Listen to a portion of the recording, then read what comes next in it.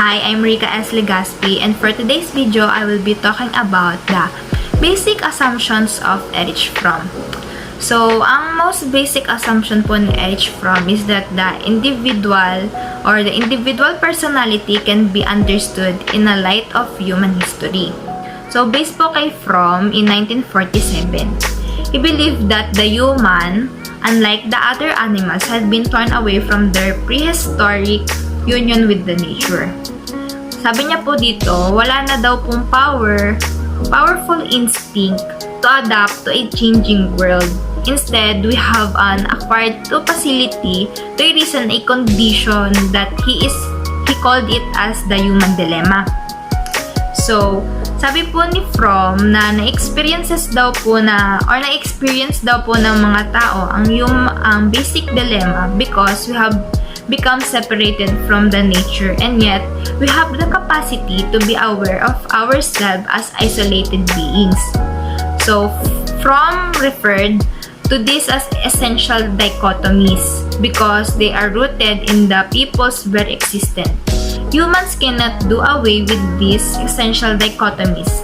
They have only react to the dichotomies relative to their culture and their individual personalities. So, the first and the most fundamental dichotomy po, according to Fromm, is that between the life and death.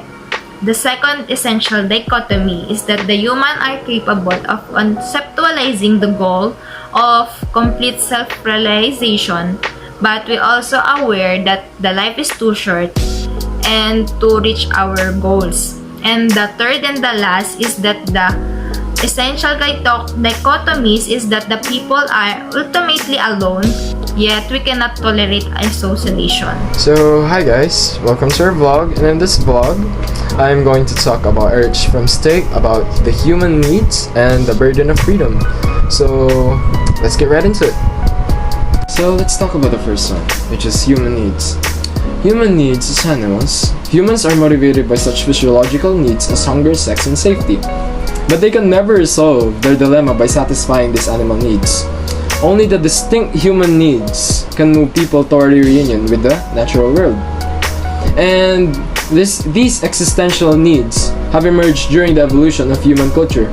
And this served as a guide for humans in order to find an answer to their own existence and to avoid becoming insane. So Fromm contended that there's one important difference between mentally healthy individuals and neurotic or insane ones is that healthy people find answers to their own existence.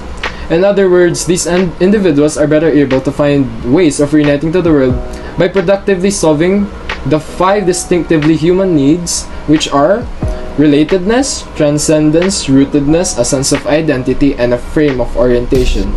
So, let's get right to the first one. So, talking about the first human or existential need, the first one is relatedness. So, relatedness is the drive for union with another person or other persons. Fromm postulated 3 basic ways in which a person may relate to the world. The first one is submission, the second one is power, and the third one is love. So, for submission, a person can submit to another, to a group, or to an institution in order to become one with the world.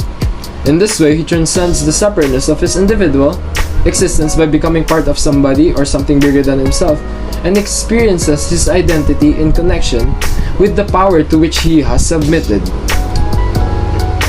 So the second one is power. So power is where submissive people search for a relationship with domineering people. And power seekers welcome submissive partners, and then a submissive person and a domineering person find each other.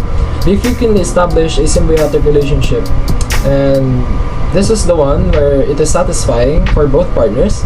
And although such symbiosis may be gratifying, it blocks growth toward integrity and psychological health. And the main reason for this is people in symbiotic relationships, they are only drawn due to the desperate need for relatedness and a need that can never be completely satisfied by such a partnership. So lastly, let's talk about love. So love, or the ability to unite with another while retaining one's own individuality and integrity, is the only relatedness needs that can solve our basic human dilemma. And given that, the art of loving Fromm identified care, responsibility, respect, and knowledge as four basic elements common to all forms of genuine love. So, a person who loves others responds to their physical and psychological needs, respects them for who they are, and avoids the temptation of trying to change them. But people can respect others only if they have knowledge of them. To know other means to see them from their own point of view. Thus, care, responsibility, respect, and knowledge are all entwined in a love relationship. So the second human needs is transcendence. So transcendence is being thrown into the world without their consent. Humans have to just transcend their nature by destroying or creating people or things, and humans can also destroy through malignant aggression or killing for reasons other than survival, but they can also create and care about their own creations. That's all. So rootedness. Rootedness is the third existential needs, where we find the need to establish roots or to feel at home again in the world. When humans evolved as a separate species, they lost their home in the natural world. At the same time, their capacity for thought enabled them to realize that they were without a home, without roots. The consequent feelings of isolation and helplessness became unbearable. So rootedness too can be sought in either productive or non-productive strategies. With the productive strategy, people are weaned from the orbit of their mother and become fully born. That is, they actively and creatively relate to the world and become whole or integrated.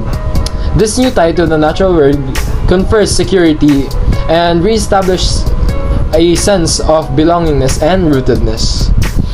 So the fourth human need, which is for a sense of identity, or the capacity to be aware of ourselves as a separate entity. Because we have been torn away from nature, we need to form a concept of ourselves to be able to say, I am I, or I am the subject of my actions. Fromm believed that primitive people identified more closely with their clan and did not see themselves as individuals, existing apart from their group. And so for a sense of identity or an individuality, awareness of ourselves as a separate person, the drive for a sense of identity is expressed non-productively as conformity to a group. So given the fact, without a sense of identity, people could not retain to their sanity, and this threat provides a powerful motivation to do almost anything to acquire a sense of identity. Healthy people, however, have less need to conform to the herd, less need to give up their sense of self, and they do not have to surrender their freedom and individuality in order to fit into society because they possess an authentic sense of identity. The final human need is called a frame of orientation. So being split off from nature, humans need a roadmap, a frame of orientation to make their way through the world. Without such a map, humans would be confused and unable to act purposely and consistently. So a frame of orientation enables people to organize the various stimuli that impinge them. People who possess a solid frame of orientation can make sense of these events and phenomena. But those who lack a reliable frame of orientation will nevertheless try to put these events into some sort of framework in order to make sense of them. For example, an American with a shaky frame of orientation and a poor understanding of history may attempt to understand the events of September 11, 2001 by blaming them on evil or bad people. So, Fromm meant a roadmap or consistent philosophy by which we find our way through the world. This is expressed non-productively as a striving for irrational goals and productively as movement toward rational goals. Next is let's talk about the burden of freedom. What Fromm meant by burden of freedom is that people have been torn from nature, yet they remain part of the natural world, subjects to the same physical limitations of other animals. Only animal possessing self-awareness, imagination, and reason. Freaks of the universe, reason is both a curse and a blessing. Responsible for feelings of isolation and loneliness, also processes that enables humans to become united with the world. Given that, a parallel experience exists on a personal level. As children become more independent of their mothers, they gain more freedom to express their individuality, to move around unsupervised, to choose their friends, clothes, and so on. At the same time, they experience the burden of freedom. That is, they are free from the security of being one with the mother. On both a social and an individual level, this burden of freedom results in basic anxiety, and that is the feeling of being alone in the world. So given that we somewhat develop basic anxiety, we produce a frightening sense of isolation and aloneness. People attempt to flee from freedom through a variety of escape mechanisms, in which Fromm identified three primary mechanisms of escape. First is authoritarianism, second is destructiveness, and lastly, conformity. And unlike Horney's neurotic trends, Fromm's mechanism of escape are the driving forces in normal people, both individually and collectively. So let's get right to the first one. So talking about the first mechanism of escape, which is authoritarianism. So this is the tendency to give up the independence of one's own individual self and to fuse oneself with somebody or something outside oneself. And given that, it falls onto two classifications, which is masochism, that results from basic feelings of powerlessness, weakness, and inferiority, and is aimed joining the self to a more powerful person or institution. And the second one, which is sadism, which is more neurotic and more socially harmful. And the reason for that is, compared with masochism, sadism is more neurotic and more socially harmful, and it is aimed to reduce basic anxiety through achieving unity with another person or persons. And Fromm identified that there are three kinds of sadistic tendencies, all more or less clustered together. The first is the need to make others dependent on oneself and to gain power over those who are weak. The second one is the compulsion to exploit others, to take advantage of them, and to use them for one's benefit or pleasure. And lastly, the third sadistic tendency, which is the desire to see others suffer, either physically or psychologically. So the other one, which is destructiveness.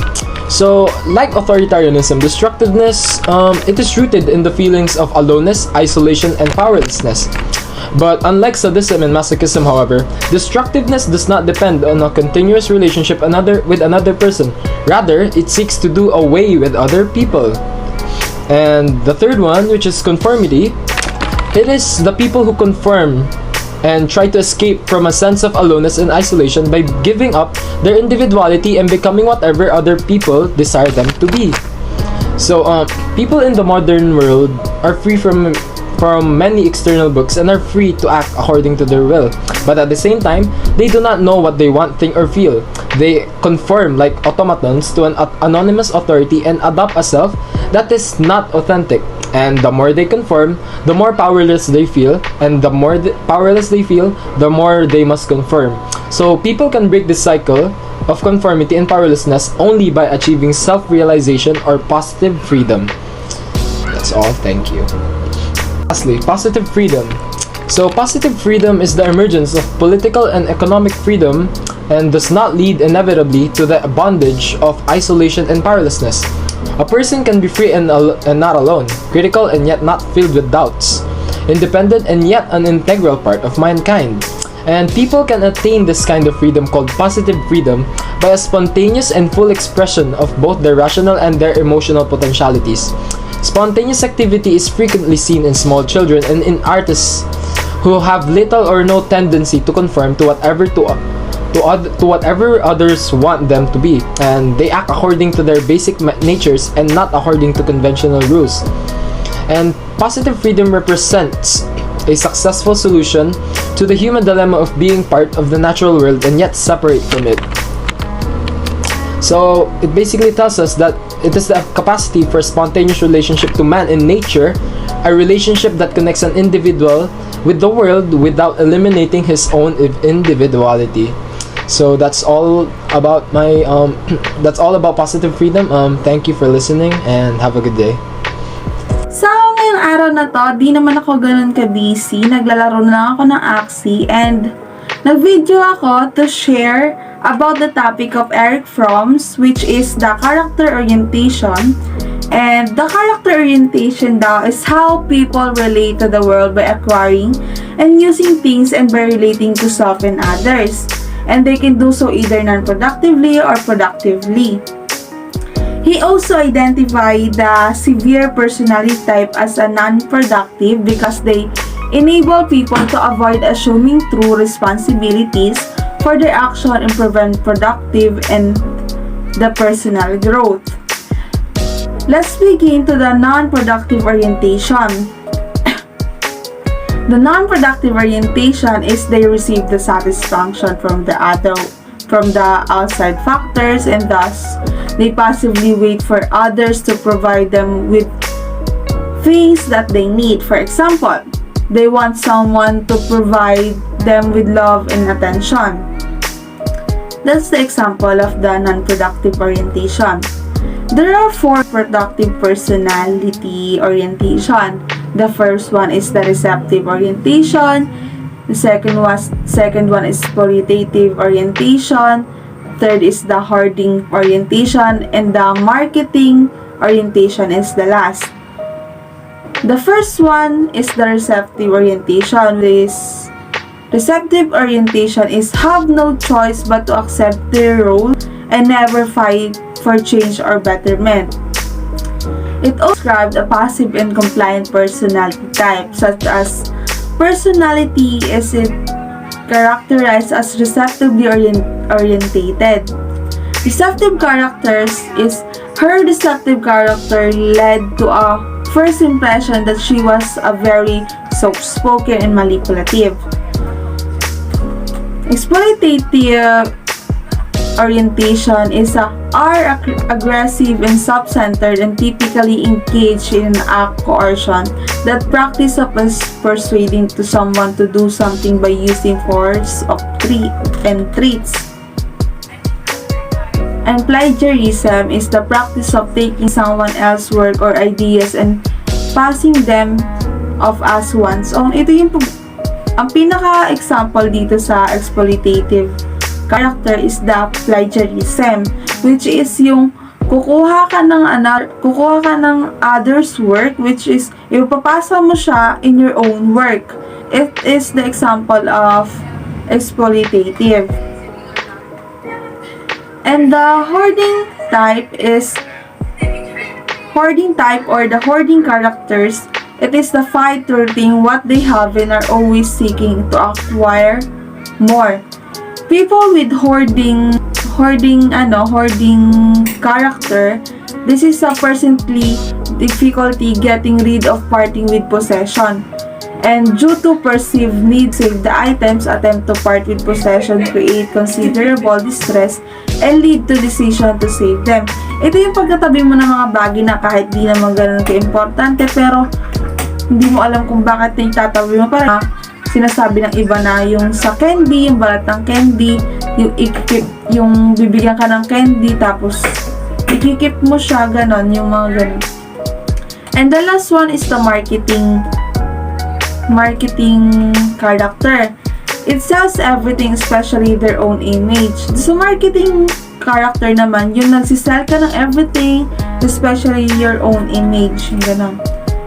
And the productive orientation naman, for Fromm, the highest good was the person's productive contribution to the community. Like Adler's social interest, this orientation involves working, loving, and reasoning from your center in a way that respect both your need and those of the other person. For example, consumers sometimes choose to stay at freezing ice hotel and eat at restaurants serving particular foods, such as bacon, ice. We propose that such choices are driven by consumers' continual striving to use them productively, make progress, and reach accomplishment. That's the example of the productive personality or the character.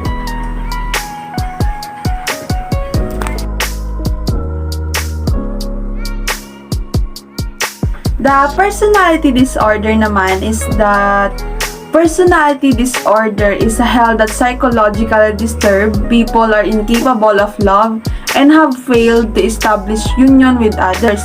He also discussed 3 severe personality disorders, which is necrophilia, narcissism, and sensuous symbiosis. Necrophilia is the term necrophilia means love of death and usually refers to a sexual perversion in which a person desires sexual contact with a corpse. However, Fromm used necrophilia or necrophilia in a more generalized sense to denote any attraction to death. Necrophilia is alternative character orientation to biophilia. People naturally love life, but when social conditions stunt biophilia, they may adopt necrophilic orientation, or the necrophilious people do not simply behave on a destructive manners, rather their destructive behavior is a reflection of their basic characters. The second one is the malignant narcissism. The malignant narcissism is just all people display some necrophilic behavior, so to do all have some narcissistic tendencies. Healthy people manifest a begin form of narcissism, that is, it is an interest in their own body.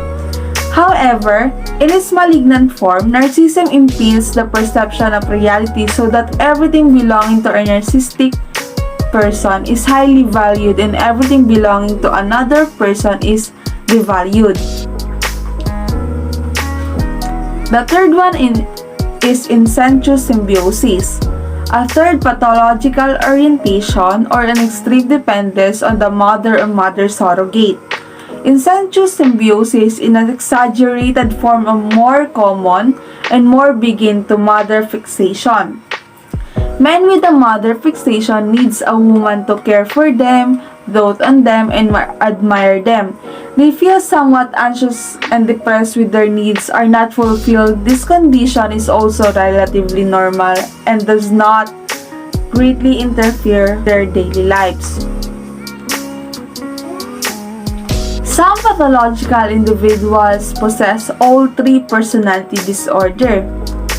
That is, they are attracted to death, which is the necrophilia, and possesses a necrotic symbiotic relationship with their mother and mother substitute is an incestuous symbiosis. Take pleasure in this those who they regard inferior.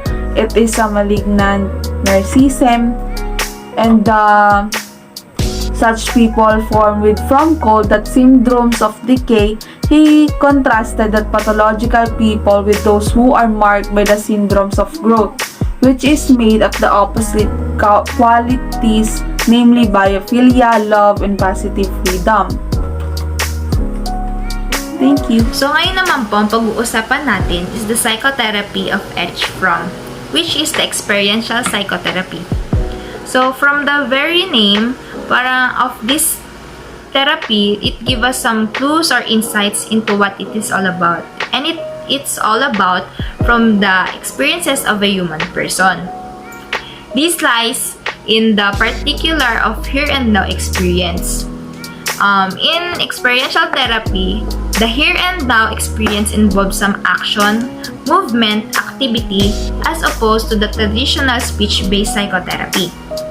Experiential psychotherapy encompasses several psychotherapies that has transformed into method and techniques to encourage the client to identify or address some hidden or subconscious problem through some such activities of role-playing and guided imaginary.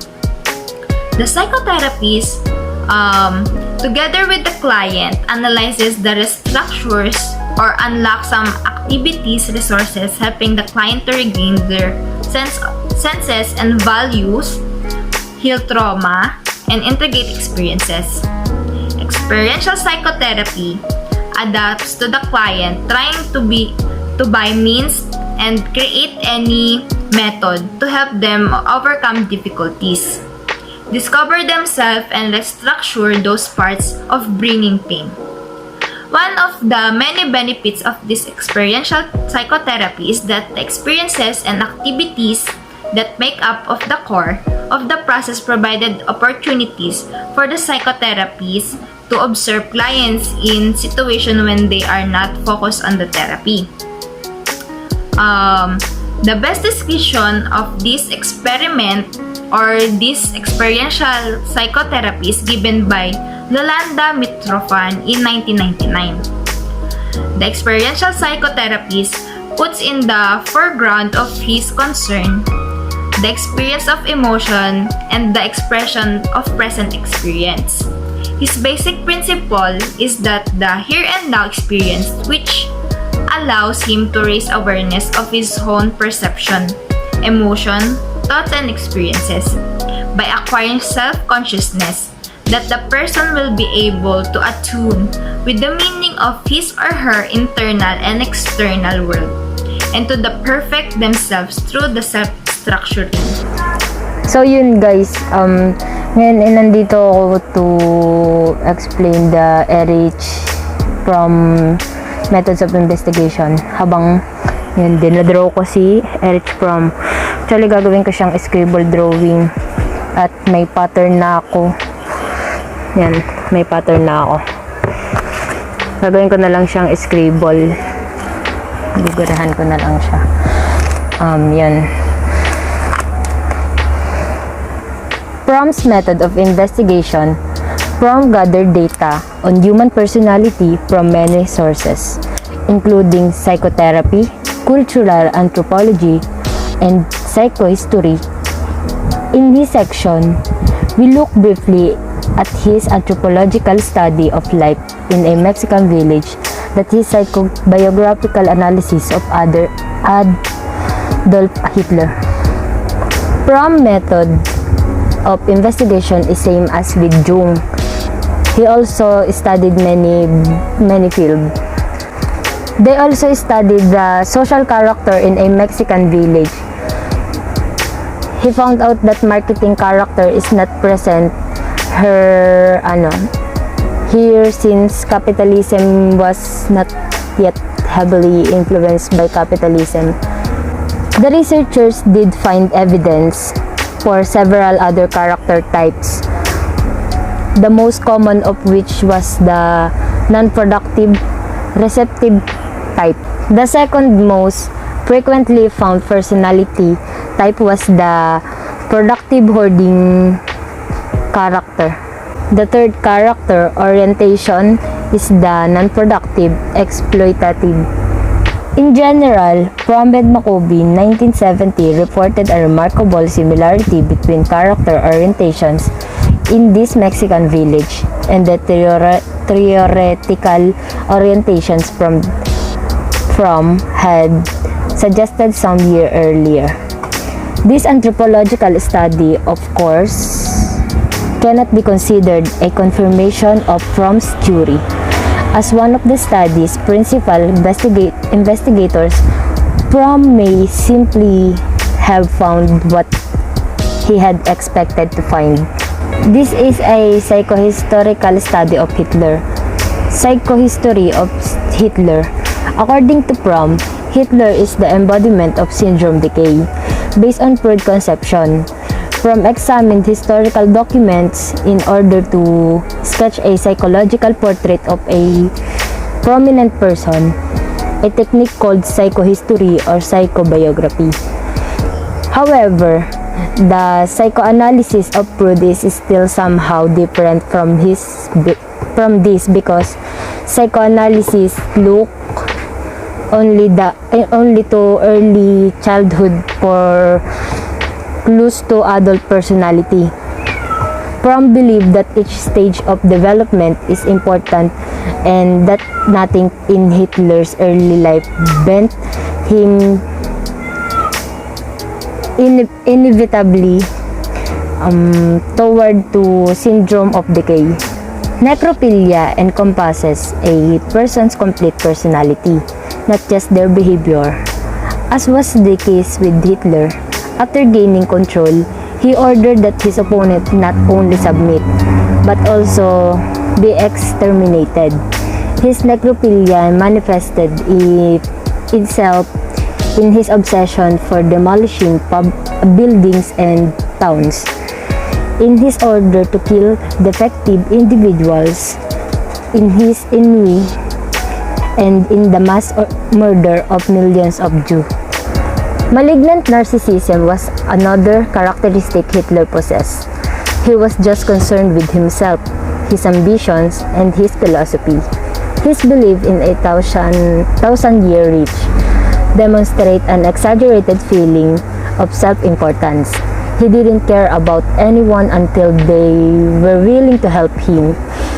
His relations to women lacked love and tenderness. He seemed to have used them solely for prevented personal pleasure, especially for voyeuristic satisfaction.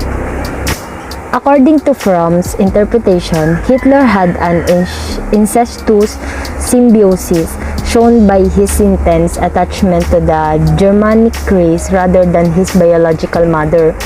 He was sadomasochistic, reclusive, and devoid of true love or compassion, which was consistent with this characteristic.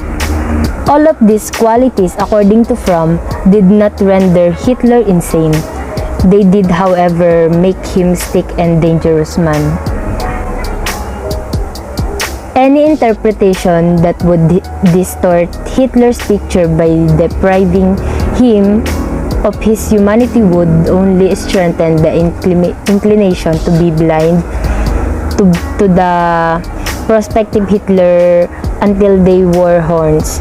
From 1973 ended his psychohistory, insisting that people not regard Hitler as inhuman.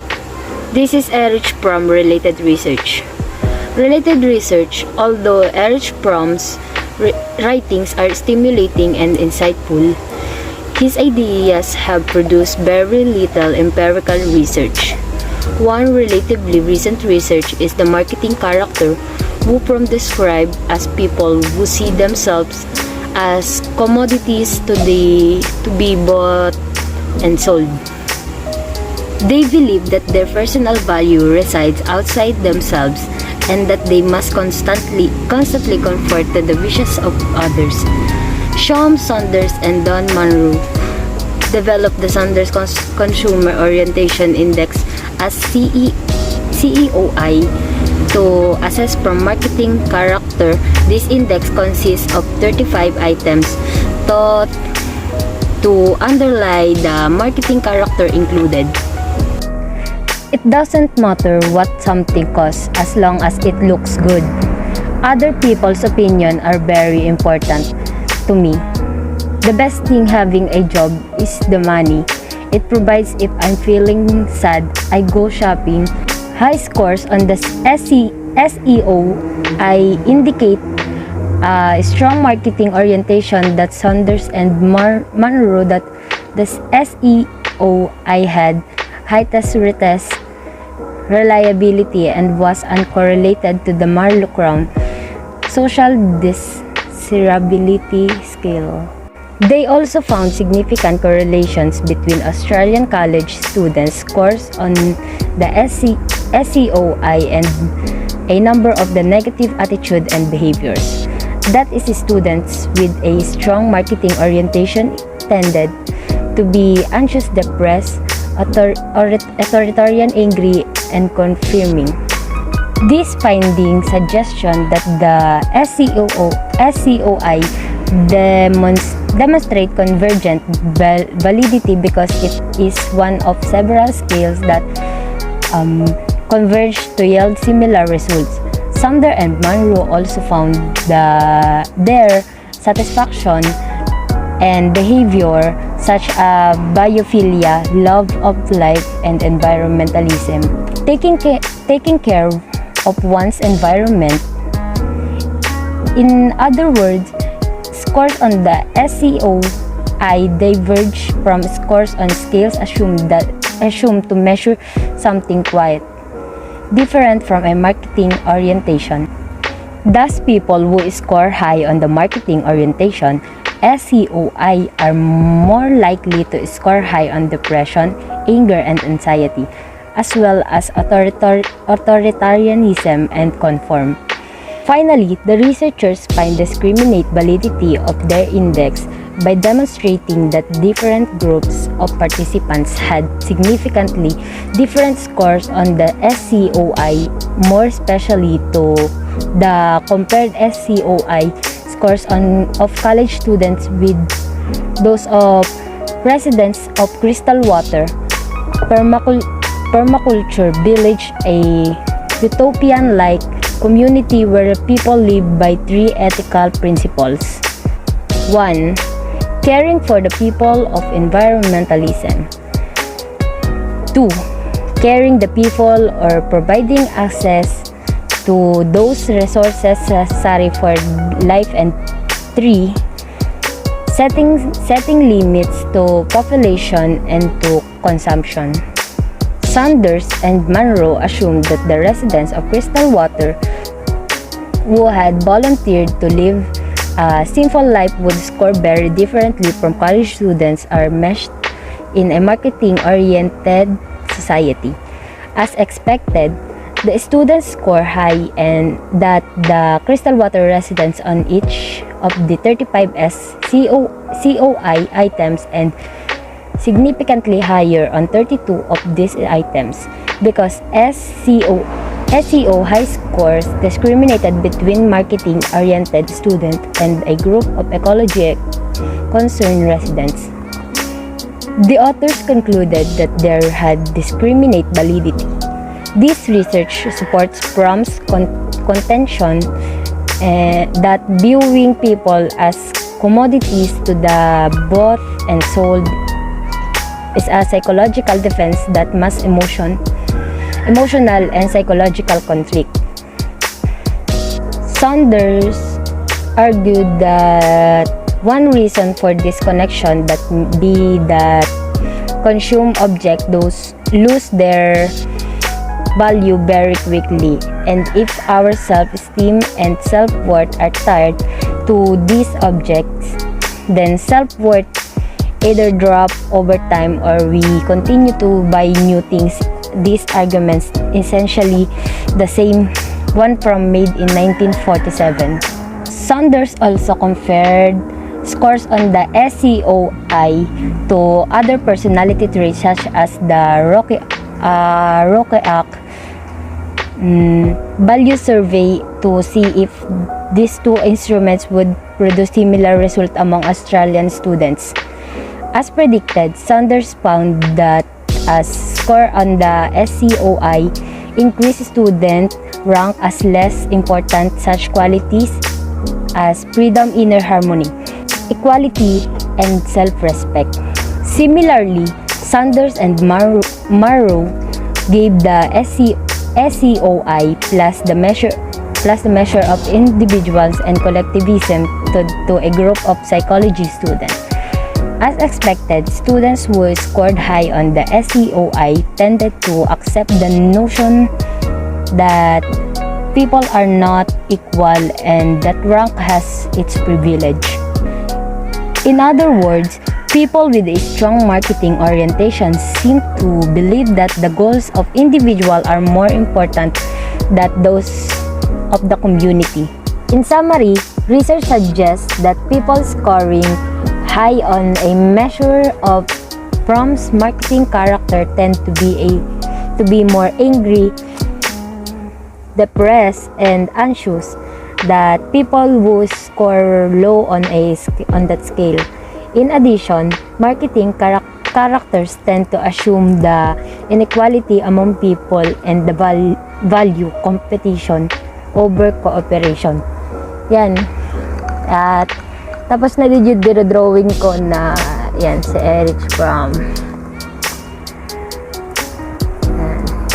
This is Erich Fromm. So now, I'm about to discuss the critique of Fromm. But before that, we learned in the previous part that there are two primary needs. And these are the need for freedom and the need for belonging. He also suggested that people develop certain personality styles or strategies in order to deal with the anxiety created by the feeling of isolation. Erich Fromm, he is the most brilliant essayist of all the personality theories. He wrote beautiful essays on international politics, and all Fromm's writing can be found an unfolding of the essence of human behavior. Fromm tended to take a global approach to theory construction, erecting a grand, highly abstract model that was more philosophical than scientific. His essays and arguments are not as popularly known today as they were known 50 years ago. So yung mga essay niya pala na ginawa, hindi na ganoon ka-popular kagaya noong ginawa niya ito 50 years ago. During the mid-1950s, a person could not be considered educated without having read Fromm's eloquently written Escape from Freedom.